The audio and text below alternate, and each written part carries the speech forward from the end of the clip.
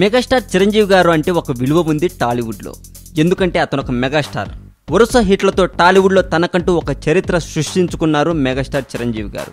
కానీ megastar 150వ cinema ఓపెనింగ్కి అభిమానులను రావద్దు అన్నారనే మాటే బాగాలేదు అని అభిమానులు అంటున్నారండి.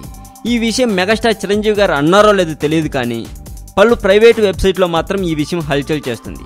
నిజానికి మెగాస్టార్ చిరంజీవి గారు అన్నారో లేదో తెలియదు, కానీ ఈ విషయం పక్కన పెడితే ఏప్రిల్ 29న చిరంజీవి గారి 150వ సినిమా ప్రారంభమైంది.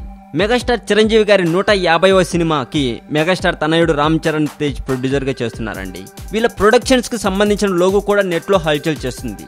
చిరంజీవి గారి పాత ఇల్లును చిరంజీవి గారు కొత్త సినిమా ఆఫీస్గా ఉపయోగించుకోవటం బాగానే ఉంది.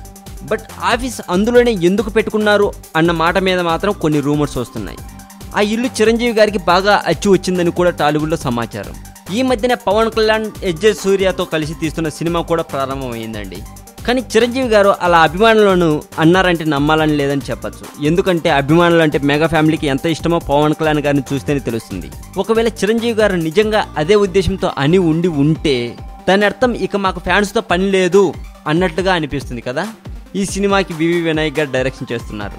మరి ఈ వీడియో మీకు నచ్చినట్లయితే లైక్ చేయండి, షేర్ చేయండి. ఈ వీడియో మీద మీ కామెంట్ కూడా పోస్ట్ చేయవచ్చు. మరింత టాలీవుడ్ సమాచారం కోసం సబ్స్క్రైబ్ చేయండి టాలీవుడ్ సెంట్రల్.